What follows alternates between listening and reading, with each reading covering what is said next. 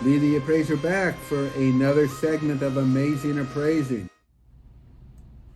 This is Lee the Appraiser back again for another segment of Amazing Appraising in our brand new Amazing Gallery, APR 57. Look for us on all the social networks, including YouTube. Please subscribe to our channel, Amazing Appraising. We discuss everything about collectibles and antiques and valuables, how to appraise them, what they're worth. You can look us up over there, and we're happy to entertain you. Hopefully it'll be informative. You'll learn some very unusual things. We've, again, this is a place to find out what your things are worth, what's interested in buying, collecting, and appraising. We just talked about NFTs. That's the first time we addressed that subject in a while. Well, actually, we didn't talk about NFTs, did we? We talked about cryptocurrency.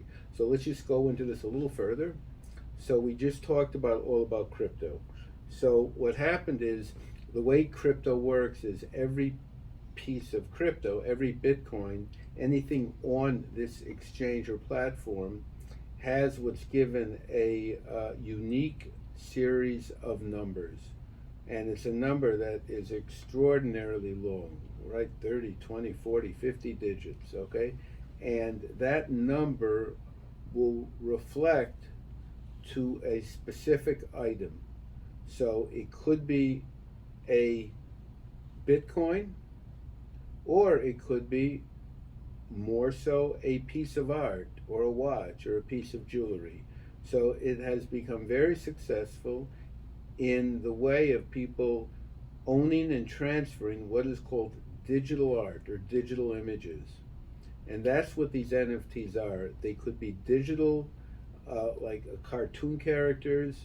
There was a very famous club called or group of items called I think they were called the Bored Apes Club, that some of them have sold for millions of dollars.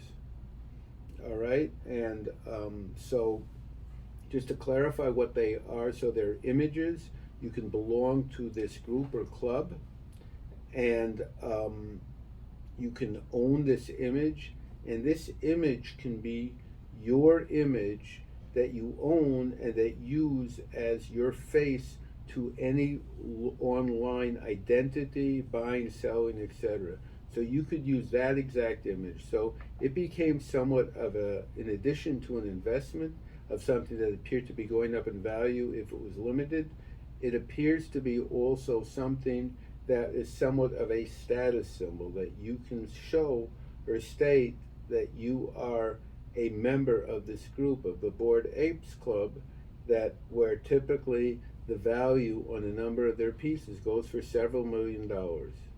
So that's pretty cool. All right, now what recently happened was I read an article where, so this whole area is becoming, it's a new area, so regarding government regulation and more importantly law takes place as there is a lawsuit out there where somebody purportedly bought an NFT from one of these, I don't know if it's the Bored Ape Club, but one of these NFT groups of rare collections, and the owner or the artist group that made the collection, what they call minted the collection, decided that since it was so successful, they were going to make another similar collection. So you basically have a group of artists or whatever it is, or an artist that sold a theme of, let's just say it's Bored Apes. Those designs, those are digitally designed designs, and he sold them, let's just say for, I don't know, $2 million each. And now they were so popular, he decided to resell them again or issue similar ones and sell them for $500K each. So one of the original buyers has sued him, saying, how could you do that? You are lowering our investment, because now there's going to be multiple diagrams or images of virtually the same piece that I bought. So in the real world of collectibles, which I'm involved in on a daily and weekly basis, It is similar to some degree where you might have the estate of Picasso that has a image or lithograph print, and they made 500 of them 20 years ago, and now they still have the original etching or plate, and now they want to make another 500.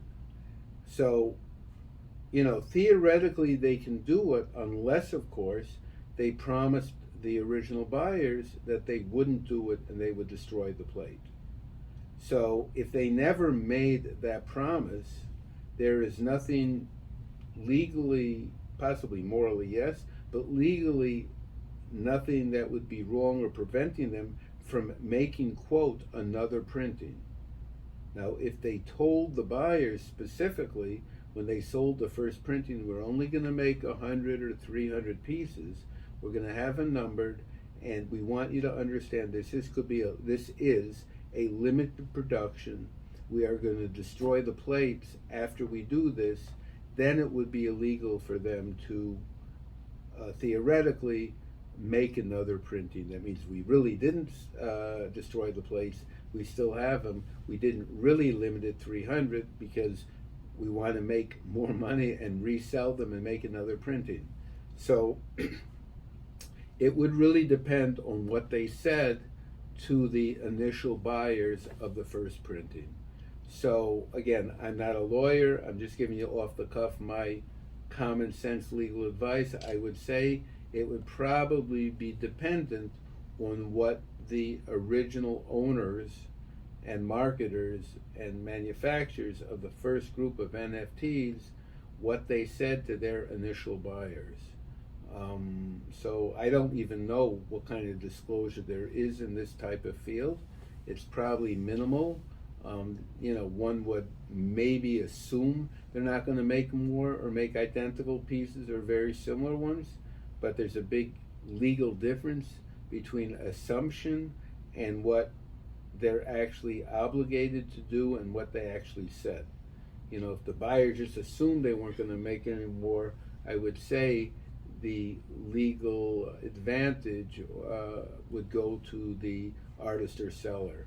But if the artist or seller said, showed, wrote, or did something that the buyer could have gave them reasonable expectations that this was the only and last printing of these images, then I would say the seller has liability in this specific issue. Okay, so we'd love to hear your comments about NFTs. We had spent a fair amount of time studying and looking into the NFT market and subject. It is still very interesting to us, and we are looking into it. We've been involved with other issues and other projects over the last couple weeks and months, so we've sort of put the NFTs on the back burner a little.